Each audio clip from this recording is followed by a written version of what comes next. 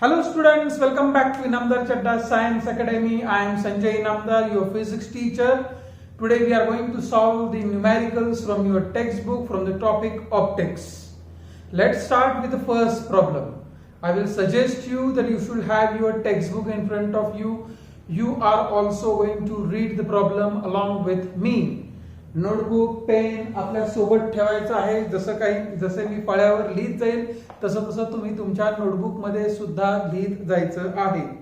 A monochromatic ray of light strikes the water, refractive index 4/3, surface in a cylindrical vessel at an angle of incidence 53 degree. They have given us the angle of incidence 53 degree. The depth of the water is 36 centimeter. After striking the water surface, how long will the light take to reach the bottom of the vessel? Okay. Now some things that has to be taken for granted, that is, one is velocity of light in air, that is 3 into 10 raised to 8 meter per second. Problem समजून घ्या. एक cylindrical vessel आहे, त्याच्यामध्ये पाणी आहे. Okay, there is water and a ray of light is incident at an angle of 53 degree. Angle of incidence तुमचा 53 degree आहे. Obviously the ray will refract, will change its direction, and they are asking us to time taken by the light to travel from point A to point B. Strikes आणि हे जी height त्यांनी दिलेली आहे, ही जी distance त्यांनी दिलेला आहे, आपण त्याला y म्हणूया. This distance y is equal to 36 centimeter.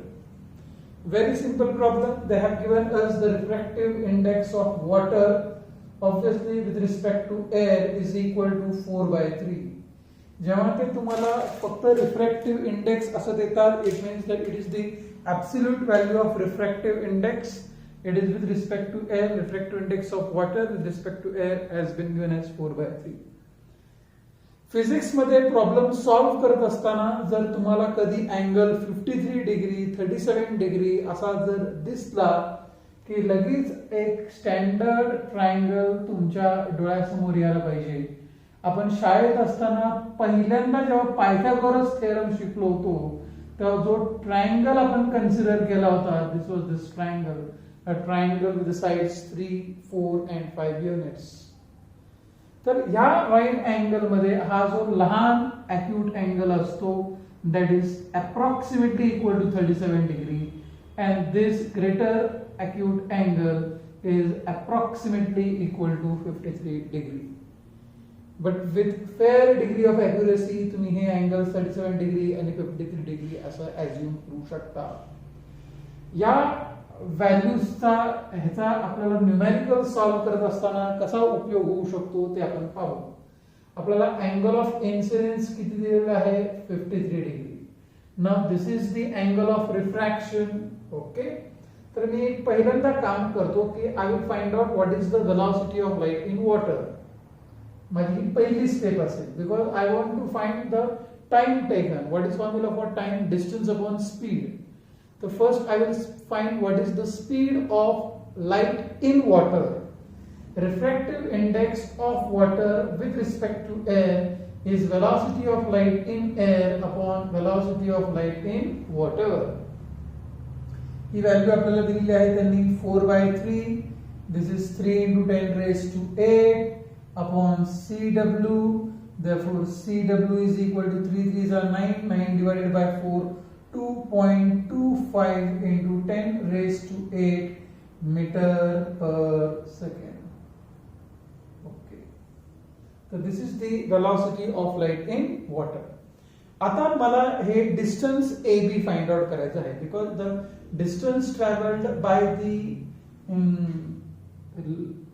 Light in water. आता ह्याला मी पॉइंट म्हणतो की ह्याला N म्हणूया आपण, नॉर्मल हा M म्हणूया. त्यांनी AM ही लेंथ दिलेली आहे 36 सेंटीमीटर. पण लाईट ट्रॅव्हल करत असताना it is going to go along which part? AB. तर I need to determine the value AB. त्यासाठी मला हा अँगल R फाइंड आउट करावा लागेल. तो अँगल R कसा फाइंड आउट करायचा? By Snell's law refractive index of water is equal to what? Sine of angle of incidence upon sine of angle of refraction. Therefore sine of angle of refraction is equal to sine of I किती आहे 53 degree and refractive index of water with respect to air किती आहे 4/3. Okay, आता ह्या triangle कडे या तुम्ही, ह्या ट्रायंगल कडे sin 53 degree opposite side upon hypotenuse, that is what 4/5. Okay, 4/5. हा डिनॉमिनेटर मधला वर घेताना कोलंट उडी मारणार, म्हणजे तो काय येणार 3/4. 3/4. 4 कैंसिल झाले, काय आलं सांगा मला 3/5. अब यहां पर देखो आपको साइन r की वैल्यू कितनी आई 3/5. So what is r is equal to sine inverse of 3/5. ध्यान से देखो अब यहां पर इस डायग्राम में what is sine 37 degree, it is equal to opposite side upon hypotenuse, that means it is 3/5.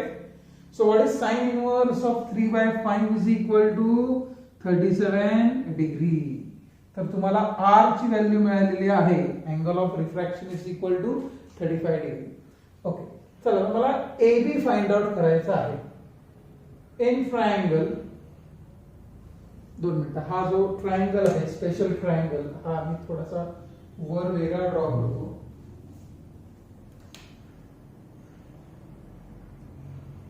लक्षात ठेवायचं, व्हेरी स्टँडर्ड अँगल आहे बरं का हा, आणि आपल्याला खूप ठिकाणी हा उपयोगी पडतो. 53 डिग्री 3, 4, 5. ठीक आहे, आता आपण हा ट्रायंगल घेऊ. In triangle AMB, in triangle AMB what is cos r. चला सांगा, डायग्राम बघून सांगा cos r काय आहे. एडजसेंट साइड अपॉन हायपोटेनियस, म्हणजे किती येणार AM अपॉन AB. ठीक है, ठीक है. What is value of AM is equal to 36 centimetre upon AB, and what is value of R is equal to 37. cos 37 is equal to 36 upon AB. Now look at the diagram and tell me what is cos 37. cos 37 adjacent side upon hypotenuse, म्हणजे किती आले 4/5. 36 centimeter AB. So what is AB is equal to? AB is equal to 36 into 5 upon 4. 1 जा 9 जा 5 जा 45. तर AB ची value किती आली तुमची 45 सेंटीमीटर. 45 सेंटीमीटर म्हणजे किती येणार सांग मला 0.45 मीटर. ओके, आता आपल्याला काय फाइंड आउट करायचं आहे. Time taken by the light to travel from A to B. What is formula for time is equal to distance upon speed. Distance traveled किती आहे AB. Speed is what? Velocity of light in water. What is value of AB is equal to 0.45 divided by हे किती आहे 2.25 into 10 raised to 8. सही है. Okay, ये हो गया 0.45 upon 2.25 into 10 raise to -8. ठीक आहे. आता या कॅल्क्युलेशनला बघा, स्क्रीनच्या बाहेर जर आपण जात नाही ना, ओके, थोडीशी जागा शिल्लक आहे. ह्याला मी असं लिहितो 4.5 अपॉन 2.25 इंटू 10 रेज टू -9. -8 कडनं एक 0 बॉरो गेला, 10 रेज टू -9 झालं 4.5. Now what is double of 2.25? Double of 2.25 is what 4.5. तर तुमचा आन्सर काय आलं t is equal to 2 into 10 raise to -9 second. यानी t is equal to 2 nano second. Your answer is what 2 nano seconds. Okay, ये अपना screen के नीचे जा रहा है तो मैं इसको ऊपर लिख रहा हूं. देखो फाइनल आंसर आपका कितना है t is equal to 2 nano seconds. Got it. तुमच्या टेक्स्टबुक मध्ये आन्सर दिलेला आहे 2 मायक्रो सेकंड्स आणि आन्सर आपलं काय आलेलं आहे 2 nano second which is correct. So dear students, please take a note of this problem.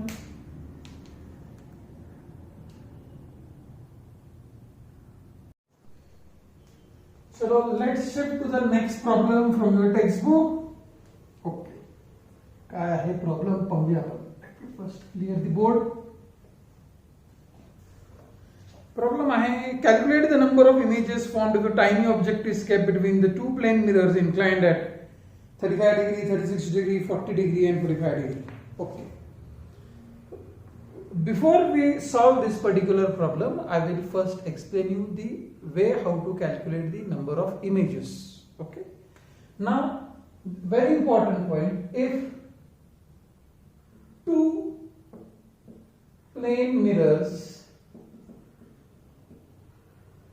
are kept inclined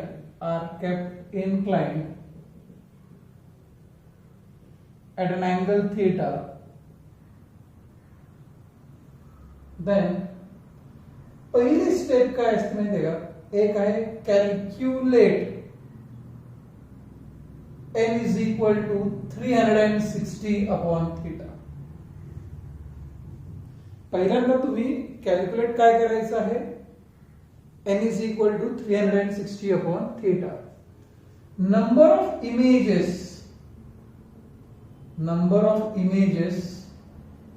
n will be determined in following cases. म्हणजे तो n ची व्हॅल्यू काय आहे? द नंबर ऑफ इमेजेस आपण इथे लिहू depends on n and will be determined in following cases. आता पहिली केस मध्ये दोन ऑप्शन्स असू शकतात. केस 1 मध्ये, केस 1, your n is an integer. n is integer. आता इंटिजर असेल तर परत त्याच्यामध्ये दोन केसेस येणार. एक तर तो ऑड असेल किंवा एक तर तो इवन असेल. Okay. If n is even integer,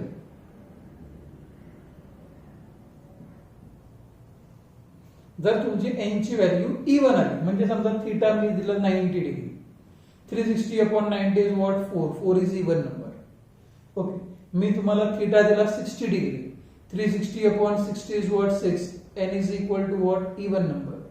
me theta तुम्हाला दिला 12 डिग्री, मग 360 upon 12 दिला 30 degree, 30 is what an even number.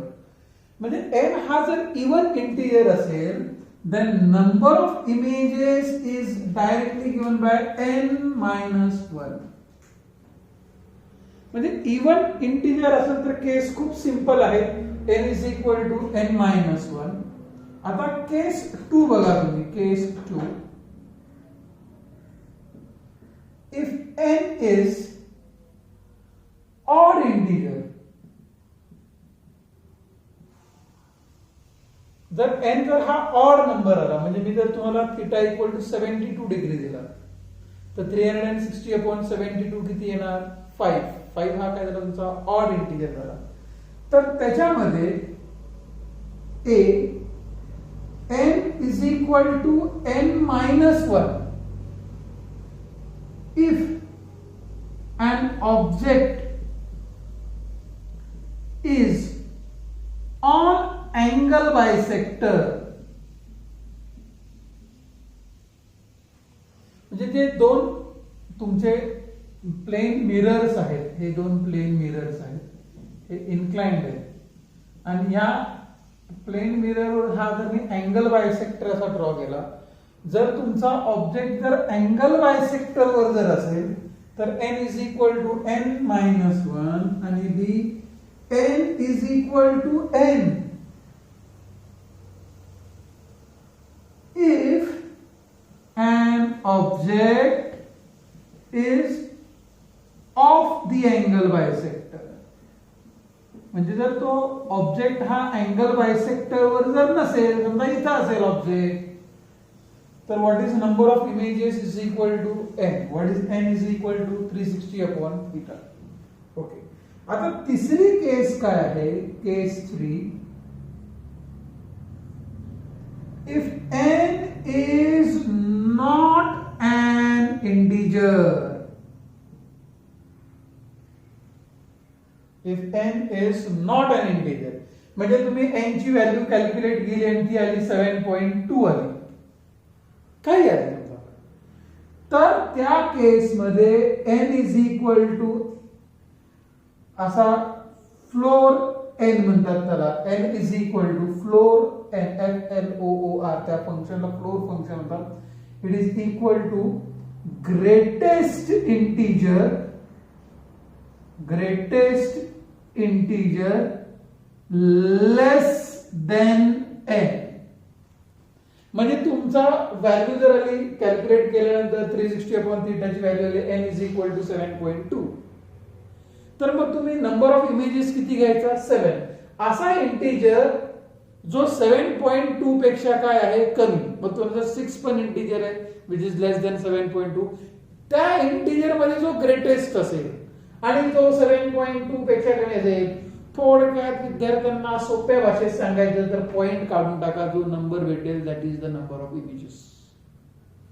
आता हा सगळा पार्ट तुम्हाला माहित आहे असं आपण जर गृहीत धरला, तर आपण तुमच्या पाठ्यपुस्तकामध्ये दिलेले जे काही अँगल्स आहेत ते आपण ओरली डिस्कस करणार आहोत. मी तो सॉल्व्ह करून देणार नाही. आपण पाहूया त्यांनी अँगल काय काय दिलेले आहेत.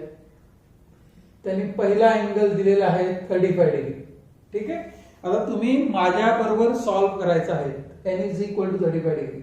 मग पहिल्यांदा काय करायचं, आपण 360 अपॉन 35 कॅल्क्युलेट करायचं. पहिली स्टेप काय आहे, कॅल्क्युलेट n. n ची व्हॅल्यू काय येणार, 360 अपॉन 35 म्हणजे 72 अपॉन 7. 72 अपॉन 7 केला आपण हे 10.28 येते. आलेला नंबर हा तुमचा इंटीजर आहे का, नाही.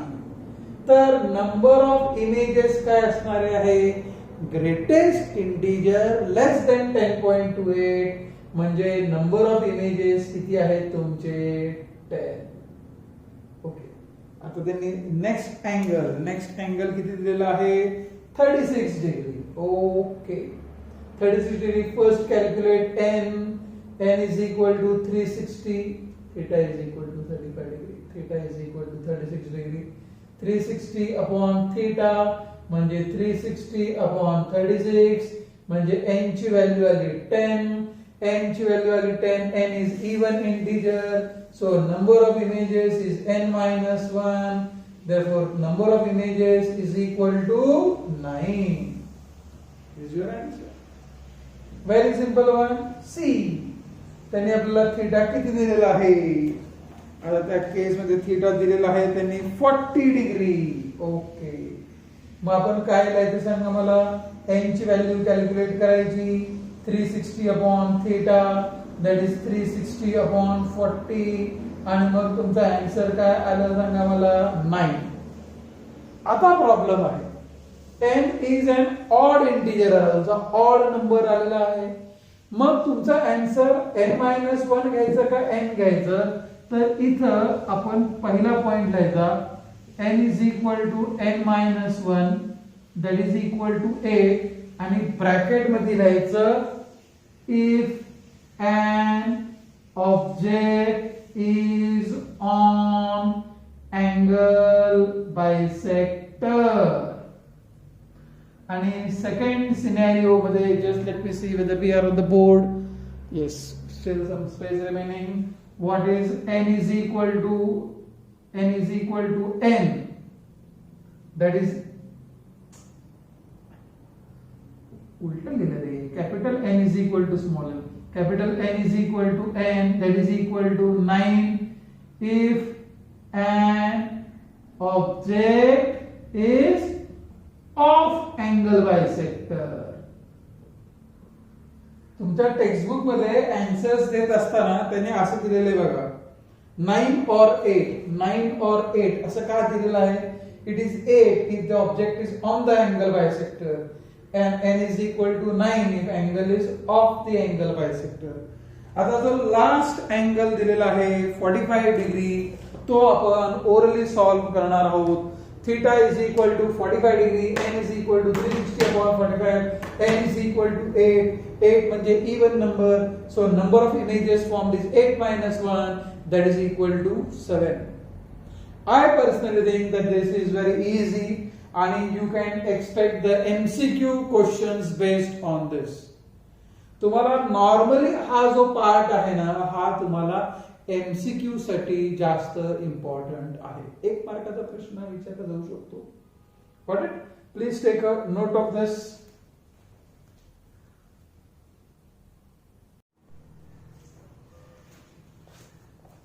Yes, let's discuss on now the third problem. आता जो थर्ड प्रॉब्लेम दिलेला आहे तर तो प्रॉब्लेम हा कॉन्केव्ह मिररवर आहे. फोर्थ प्रॉब्लेम हा कॉन्व्हेक्स मिररवर आहे आणि unfortunately spherical mirrors academic year 2021 11th standard साठी डिलीट करण्यात आलेला आहे. तर हे दोन प्रश्न तुम्हाला परीक्षेला विचारण्याची शक्यता नाहीच आहे. त्यामुळे मी आता हे दोन प्रश्न सॉल्व्ह नाही करणार, तिसरा आणि चौथा प्रश्न. तरीही मी जेव्हा आपल्या हे सगळे एक्सरसाइज संपले की at the end of the video मी जे मिरर्सवर जे प्रॉब्लेम्स आहेत टेक्स्टबुकमध्ये ते सॉल्व्ह करणार आहे. ज्या विद्यार्थ्यांना इंटरेस्ट आहे ते पाहू शकतात. ज्यांना फक्त 11वीच्या परीक्षेचीच तयारी करायची आहे त्यांनी शेवटी ते दोन प्रॉब्लेम्स नाही पाहिले तरी चालतील. So choice is yours. If you are preparing for NEET and JEE, I will suggest that you must go through each and every problem. The fifth problem, a glass slab of thickness 2.5 centimeter. Thickness of glass is 2.5 centimeter. Okay. Is having a refractive index of 5/3. The refractive index of glass is 5/3. Okay.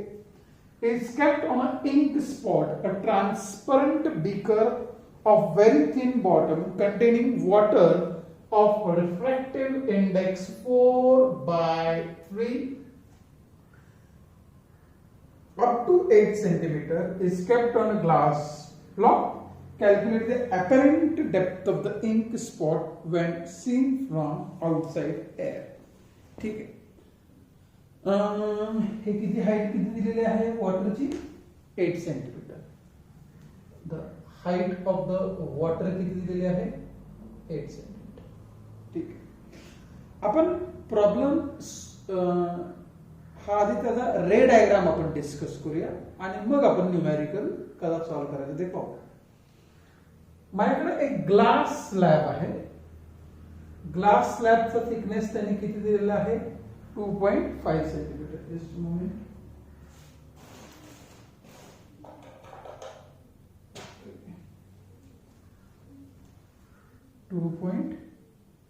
.5 centimetre.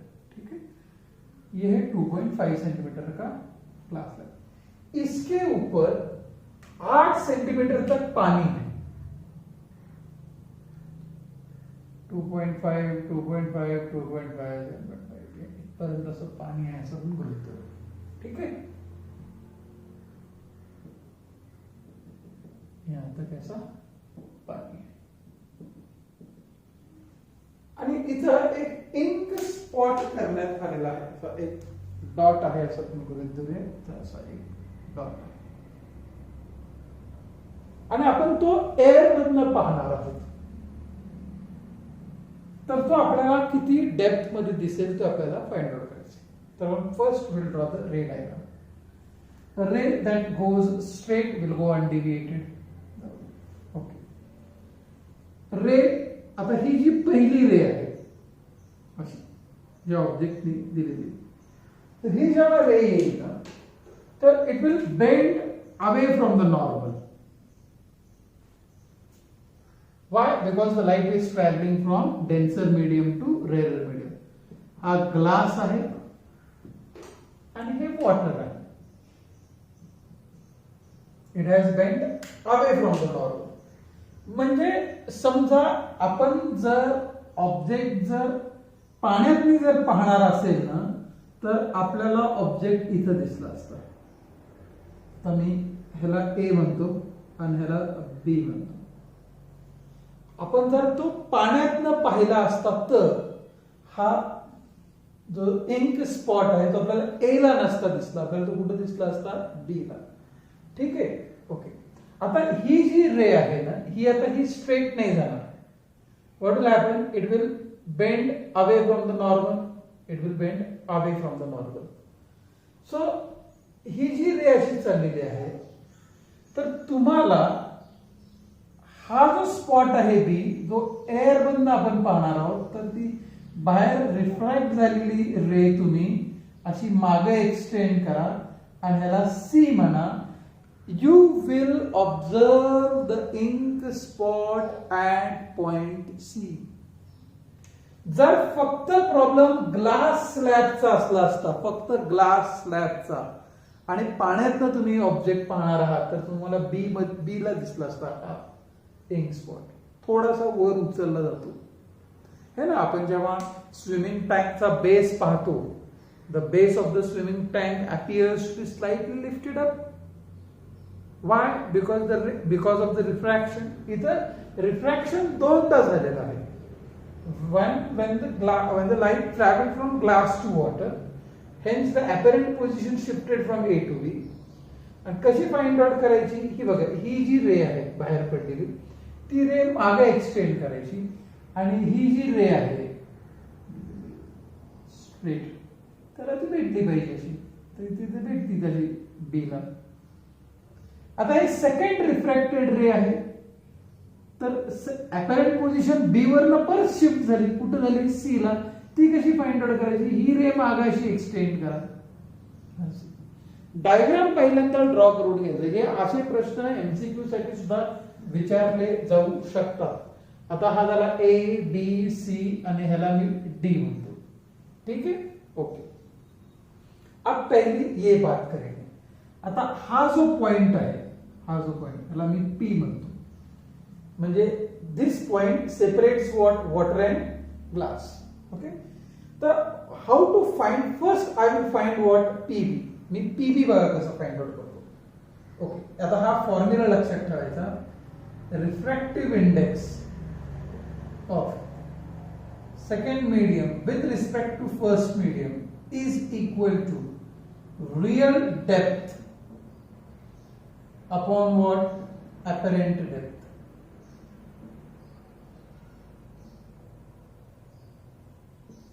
ये अपना important formula है.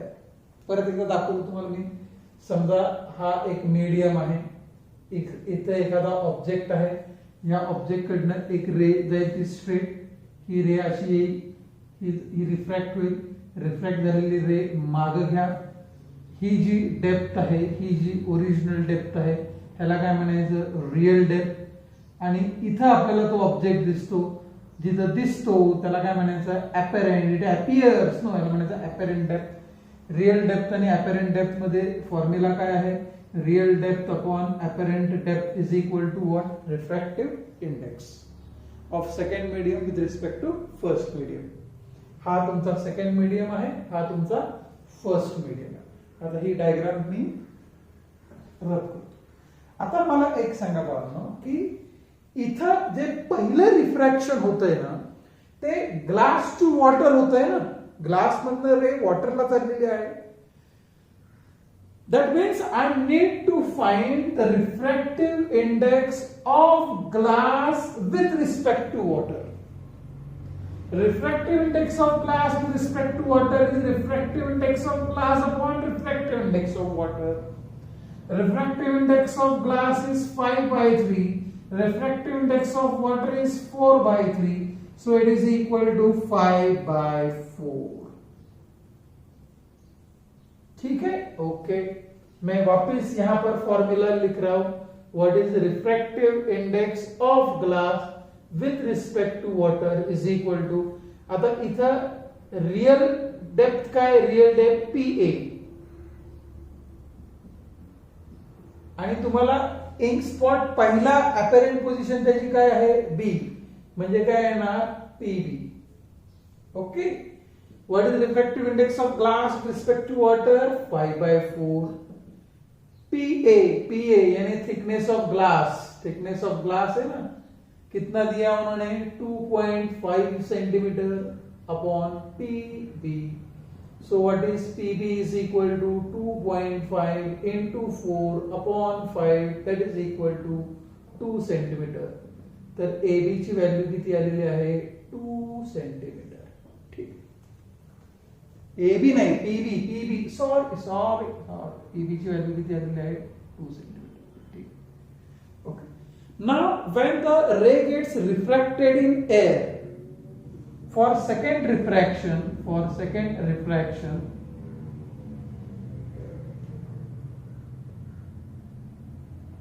real depth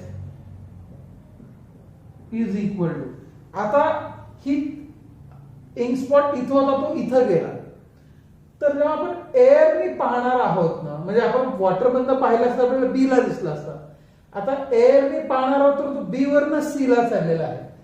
तर second reflection साठी real depth काय घ्यायची, DB. Okay. Now what is DB is equal to, it is equal to height of water column plus PB. DP plus PB. Height of water column किती दिलेले आहे त्यांनी, height of water column 8 plus 2 that is equal to what, 10 centimetre. ठीक आहे. म्हणजे DB किती आलं तुमचा, 10 centimetre. Okay. Now refractive index of water with respect to air. आता सेकंड थर्ड तुमचा मीडियम काय आहे, एअर. फॉर्म्युला काय आहे, real depth upon apparent depth. आता इथं रियल डेप्थ काय घ्यायची तुम्ही, DB. आणि तुम्हाला तो स्पॉट कुठे दिसणार आहे, C ला, म्हणजे तुमचे अपॅरेंट डेप्थ किती आहे, DC. Refractive index of water किती आहे, 4/3. DB किती आहे, 10. मग DC किती आहे, कॅल्क्युलेट करू आम्ही. DC is equal to 10 into 3/4, that is equal to 7.5 centimeter. Therefore, now what is the question? Question काय आहे, calculate the apparent depth of ink spot. Therefore, apparent depth of ink spot seen from air is equal to 7.5 centimeter. This is your answer and you will get 4 marks. एकदम सोपा होता problem, एकदम सोपा. 2 reflections आहेत. असे problems तुम्हाला orally पण tackle करता आले पाहिजे. एक लक्षात घ्यायचं बाळांनो, फर्स्ट रिफ्रॅक्शन नंतर जी तुम्हाला अपॅरेंट डेप्थ आली, ती apparent depth height of water कॉलमला ऍड केल्यानंतर ती रियल डेप्थ होते सेकंड रिफ्रॅक्शन साठी. So please take a note of this problem.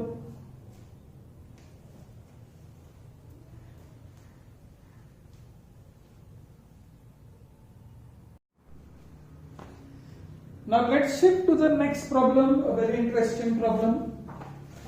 A convex lens held some distance away from 6 centimeter long pencil produces the image of some size. On shifting the lens by the distance equal to its focal length, it again produces the image of same size on the as earlier. Calculate the image size. Okay. त्यांनी लेन्सच्या 2 वेगवेगळ्या पोझिशनला image size same दिलेली आहे. For 2 different position of lenses, the image size for the given object is same. This is possible only if one image is real and one image is virtual. आता आपण ही diagram पाहून घ्या. Look at दिस, की माझ्याकडे एक lens आहे, ठीक आहे, आणि this is the object that I am placing over here. ठीक आहे, this is the focus, it is placed within the focus. A ray parallel to principal axis passes through focus. A ray passing through optical center goes undeviated. आता हे दोन raise एकमेकांना भेटणार नाहीयेत, तर आपण ह्या दोन रेजला असं माग एक्सटेंड करूया आपण असं, आणि ते इथे भेटले तर इथं माझी इमेज तयार झालेली आहे, से A1 B1, ठीक आहे, AB. This is your object distance, this is your image distance. Now what I am going to do, I am going to keep the object तिथंच ठेवतोय मी. I am just displacing the lens by distance equal to its focal length. म्हणजे आता मी ही lens इथे आणून ठेवतो असं, okay, ठीक आहे. मी I am moving the lens away by distance equal to what? Its focal length. A ray parallel to principal axis will pass through the focus. A ray passing through optical center will go undeviated. आणि इथं मला image भेटेल. तर तुम्ही इथं पाहू शकता की तुमची इमेज साइज सेकंड केस मध्ये आणि इमेज साइज फर्स्ट केस मध्ये साइज सेम आहे. ही तुमची इन्व्हर्टेड इमेज आहे, ही तुमची इरेक्ट इमेज आहे, पण दोन्ही केसेस मध्ये तुमची साइज ऑफ इमेज काय आहे? सेम. तर हा झाला तुमचा सेकंड केस मध्ये ऑब्जेक्ट डिस्टन्स, हा झाला तुमचं सेकंड केस मध्ये इमेज डिस्टन्स. आणि आपल्याला त्यांनी आता काय विचारलेलं आहे की ह्या पेन्सिलची लेंथ जर 6 सेंटीमीटर असेल तर इमेज साइज किती आहे? तर फाइंड आउट करू आपण. आता आपल्याला माहित नाही की मॅग्निफिकेशन किती झालेलं आहे, फक्त आपल्याला हे माहिती आहे की आपण जर lens by distance equal to focal length एवढी जर शिफ्ट केली तर आपल्याला तीच इमेज साइज भेटते. म्हणजे ती जी इमेज साइज आहे ही इमेज साइज या इक्वल आहे. ओके, आता लेन्स इक्वेशन अप्लाय करू आपण. By lens equation 1/v minus 1/u is equal to 1/f. Okay, for first position u is minus u1, v is minus v1, f is equal to f. It is a focal length, convex lens है, focal length positive आहे. Object तुमचा left hand साइडला आहे, image तुमची virtual आहे, image पण left hand साइडला आहे, म्हणून दोन्ही डिस्टन्सेस निगेटिव्ह आहेत. मग इथे ते सबस्टिट्यूट करा. 1/minus v1 minus 1/minus u1 is equal to 1/f. That means what is 1/f is equal to 1/u1 minus minus plus झालेला आहे minus 1/v1. Box this. This is my equation number 1. Okay. For second position, u is equal to minus u2. The object is on left hand side. The object distance is negative. V is equal to plus v2. The image is real. The image is formed on the right hand side. Right hand side Cartesian coordinate system. That is positive. F is equal to plus f. Convex lens. Therefore, 1/f is equal to 1/v. V च्या जागी काय येणार? v2 minus 1/u जागी काय येणार? u2, पण तो minus u2 असणार आहे. मायनस मायनस तुमचं झाला प्लस. तर मी इथे लिहितो 1/f is equal to 1/v2 plus 1/u2. Box it, and this is my equation number 2. Okay. आता जो आपल्याला थर्ड इक्वेशन तयार करायचं आहे त्यासाठी आपण काय करणार आहोत की मॅग्निफिकेशन दोघांमध्ये सेम आहे. त्यांनी काय सांगितलं की image size is same in both cases. Okay, चलो मैं यहाँ से थोडीशी आपण जरा जागेची काटकसर करूया आणि ह्याच्यामध्ये लिहायचा प्रयत्न करूया. ठीक आहे. इथं linear magnification m1 in first case. इथं मी लिहितो in first case m1 will be equal to what? It is v image distance upon object distance. Image distance is minus v1, object distance is minus u1. So what is m1 is equal to, come on, u v1 upon u1. Box it. ठीक है. In second case What is linear magnification is equal to image distance upon object distance. Image distance तुमचा plus V2 आहे, पण object distance minus U2 आहे, म्हणजे तुमचा minus U2 upon U2 आला. तुमचा मॅग्निफिकेशन निगेटिव्ह का आला? तर निगेटिव्ह येण्यामागचं तुमचं लिनियर मॅग्निफिकेशन निगेटिव्ह आलाय सेकंड केस मध्ये, because image is inverted. Image जर इन्व्हर्टेड असेल तर लिनियर मॅग्निफिकेशन काय येतो? निगेटिव्ह. पण त्यांनी आपल्याला काय दिलेलं आहे? इमेज साईज आणि ऑब्जेक्ट साईज काय आहे? Sorry, image size in both the cases काय आहेत? सेम. म्हणजे modulus of M1 must be equal to modulus of M2. That means V1 upon U1 is equal to V2 upon U2, or V1 upon V2 is equal to U1 upon U2. आणि एक लक्षात घ्या बाळांनो, इथं U2 काय आहे? हा U1 आणि लेंथ तुम्ही फोकल लेंथनी displace by distance equal to focal length displace केलेला आहे. म्हणजे तुमचा U2 काय आहे? U1 plus F.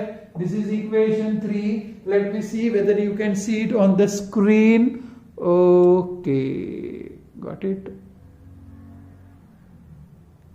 Okay.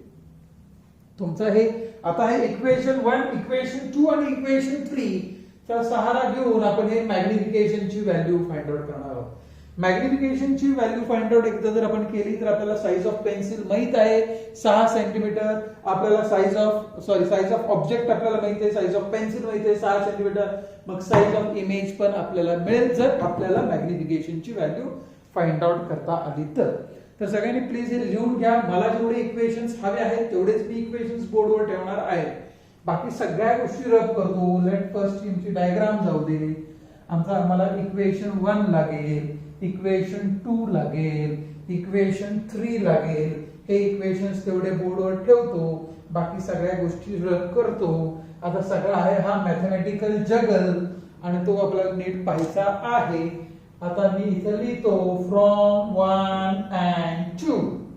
What I get? 1 upon U1 minus 1 upon V1 is equal to 1 upon V2 plus 1 upon U2. ठीक है? ठीक है, ये भी सही है. Therefore 1 upon U1 minus 1 upon U2 is equal to 1 upon V1 plus 1 upon V2. सगळे V's एकत्र गोळा केले, U's एकत्र गोळा केलेले आहे. Therefore 1 upon V1 plus 1 upon V2 is equal to 1 upon U1 minus 1 upon U2 च्या जागी मी लिहितो U1 plus F. ठीक है? ठीक है. Therefore 1 upon V1 plus 1 upon V2 is equal to, चलो U1 plus F cross multiply करा, U1 plus F minus U1. म्हणजे इथं काय आलं? 1 upon V1 plus 1 upon V2 is equal to, इथे येणार F upon U1 plus F. ठीक है? ठीक है. अब एक काम करते हैं, अब इसको V1 से मल्टीप्लाई करते हैं. V1 upon V1 plus V1 upon V2 is equal to F upon FV1 upon U1 plus F. Now what is V1 upon V1? 1. मी तर डायरेक्टली लिहितो, इथे लिहितो आता 1. ठीक है? 1 plus V1 upon V2 is equal to FV1 upon U1 plus F. ह्याला मी म्हणतो 4. आता इक्वेशन 1 आणि इक्वेशन 2 तुम्ही लक्षात ठेवा. मला कुठेतरी लागेल हे इक्वेशन लागले की मी तुम्हाला सांगेलच. इक्वेशन 4 आहे. आता इक्वेशन 3 बघा. What is V1 upon V2? U1 upon U2. What is U1 upon U2 is equal to U1 upon U1 plus F. म्हणजेच from 3 and 4, 1 plus, what is V1 upon V2? U1 upon U2. What is U1 upon U2? U1 upon U1 plus F V1 upon u1 plus f. मला खूप आनंद होतोय की हे आणि हे cancel होणार आहे. चला क्रॉस मल्टिप्लाय करू आपण. वर काय येणार u1 plus f plus u1 upon u1 plus f. एक काम करतो मी, हा u1 जो आहे ना तो ऑलरेडी इथं शिफ्ट करतो मी, fv1 upon u1 plus f. ठीक है ना. हा u1 इकडे फक्त घेतलाय हो मी. What is u1 plus u1? 2u1. 2u1 into u1 2u1 square. f into u1 fu1 is equal to fv1. u1 plus f काय झालेले आहे, कॅन्सल झालेले आहे. आणि या स्टेप कडे आल्यानंतर आपला प्रॉब्लेम जवळपास संपतो. इथे एक व्हेरी क्रुशियल स्टेप आहे, very crucial step. Look at this. u1 है, v1 है और f है. क्या क्या है? u1 है, v1 है और f है. क्या क्या है? u1 है, v1 है, f है. तो क्या क्या है?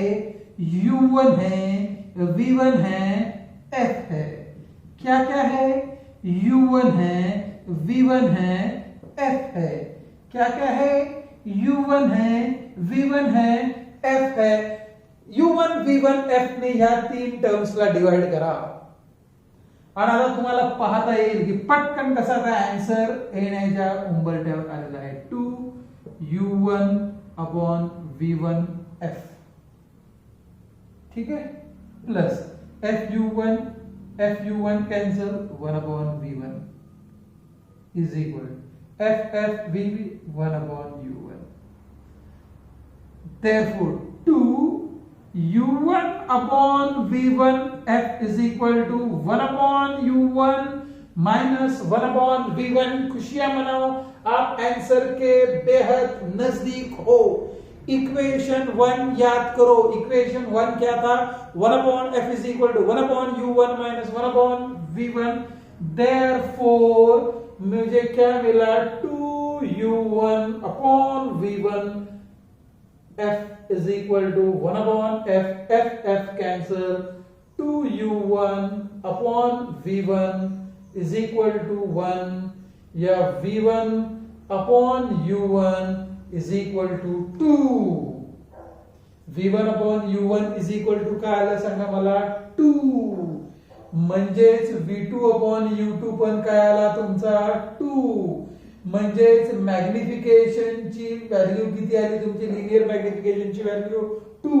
लिनियर मॅग्निफिकेशन म्हणजेच काय हो? Image size upon object size किती आला तुमचा? 2. Therefore image size will be equal to 2 into what is object size? 6 centimeter. So answer will be equal to what? 12 centimeter. So the answer for this problem is the image size is equal to 12 centimeter. I don't say that the problem is very easy, but not difficult also. I will suggest you की तुम्ही हे लिहून, मी शिकवत असताना लिहून घेणे, परत एकदा तुम्ही स्वतः न बघता लिहून घेणे, आपण न बघता लिहून घेत असताना कुठं कुठं चुकतो हे पाहणे, परत स्टेप्स रिपीट करणे. हा प्रॉब्लेम इम्पॉर्टंट आहे. हा 4 मार्काला तुम्हाला परीक्षेमध्ये विचारला जाऊ शकतो.